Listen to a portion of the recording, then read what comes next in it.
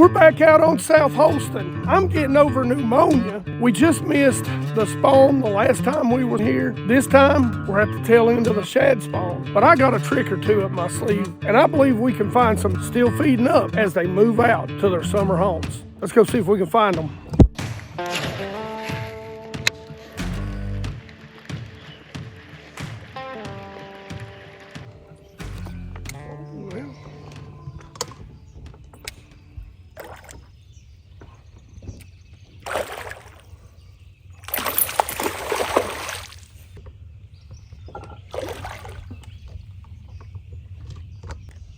He's pretty good. That was better than I thought. He choked that. He choked it, didn't he? Got me wrapped around a tree over there. All right, thank you for playing. Spinnerbait bite, I love it.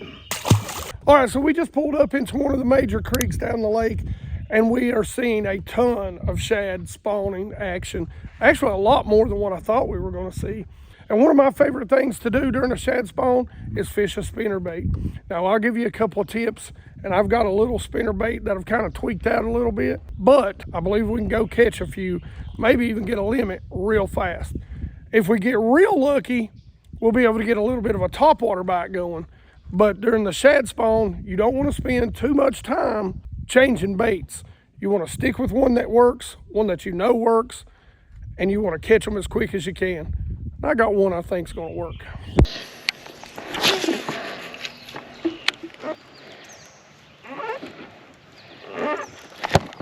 Got one. Oh, don't come off.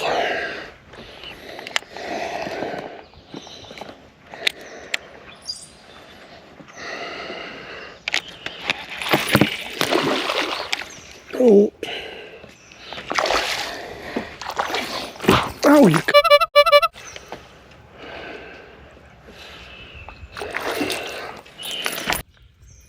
There we go. Not as big as the last one, but. That's two. That's two. We should have had probably 4 in here right now. That rod is a little soft, I think, for a spinnerbait rod. But we got something coming for that. But we know where a bunch are. He's a little one. This is I think it's a Yum bone, but I made a little modification to it. I cut it down to a single blade. I just think it's gonna get, and that's got a Strike King Blue Glimmer grub on it. When the shad are spawning, to me, that's just money. And especially in this clear water, that single blade a little bit better.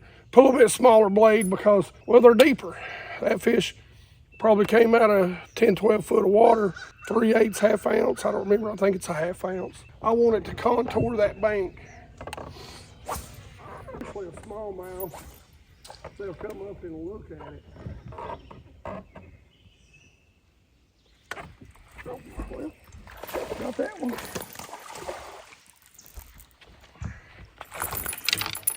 Largie. I knew they had to be a largemouth back here somewhere. I was wondering when we was gonna catch old large. Look at that. Look at it in the mud. He might be on the bed. That mud on his belly. That, or I made him himself. He was so surprised he pooped himself. So let's talk about conditions of the day. Last time we were here, there was an algae bloom on this lake.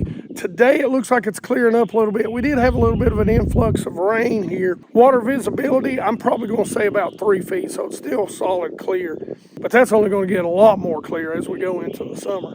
Now, we're not supposed to get a lot of wind. It's going to be primarily a bluebird sky with some here clouds hit and miss. Water temps this morning when we got on the lake was only 71. Now, it got up to like 80 plus degrees yesterday.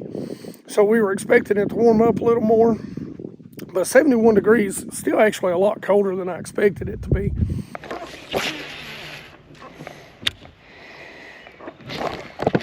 There's one.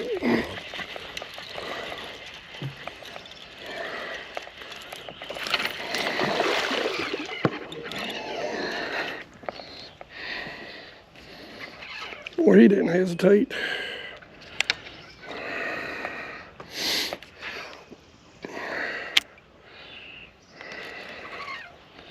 Come on. Come on.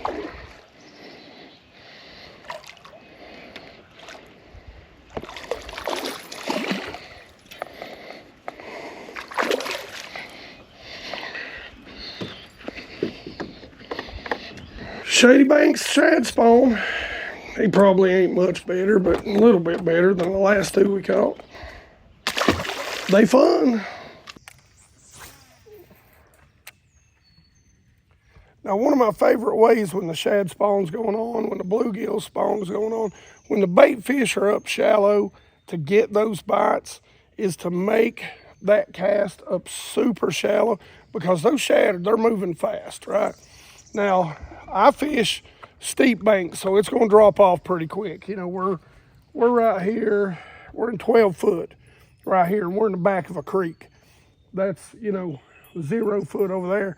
One of my favorite things to do, cast up there, crank it 2 or 3 times quickly, and then stop, give the rod a couple of twitches to get it started, and then slow roll it the rest of the way. So we've had some fun on the spinnerbait, but the sun is coming up now, and I think what we're gonna do now, those shad are starting to move offshore, and so that means we're going scoping though. These bass really focus, and with this clear water, I've already started noticing that the shad are out in 15, 20, 25 foot. You know, I get it if you're able to fish shallow where you're at, but most of the time that's just not how it works here where I live up in the mountains. So forward facing sonar for me keeps a good fishing day going. So like it, hate it, love it, I enjoy catching fish. And that's what this channel is always going to be about, is catching fish. It's not going to be about tournaments. It's not going to be about whatever is going on, that controversy that, in my opinion, the tournament world causes. It's going to be about how can you and me set hooks. We're going to set hooks. You like learning how to catch fish? Let's go catch fish. Let's go. So check this out. This got sent to me. This is from All In Tackle.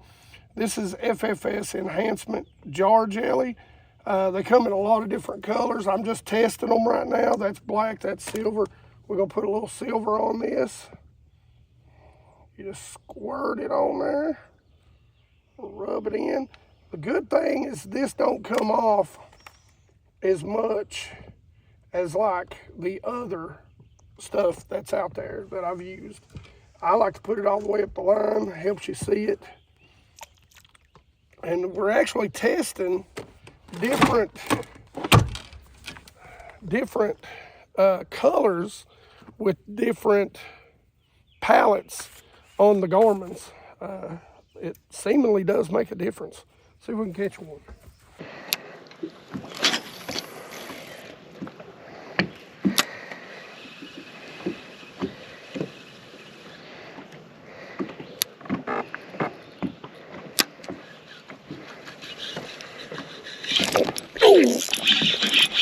That's a good one, Mike. I might need a net on this one, bud.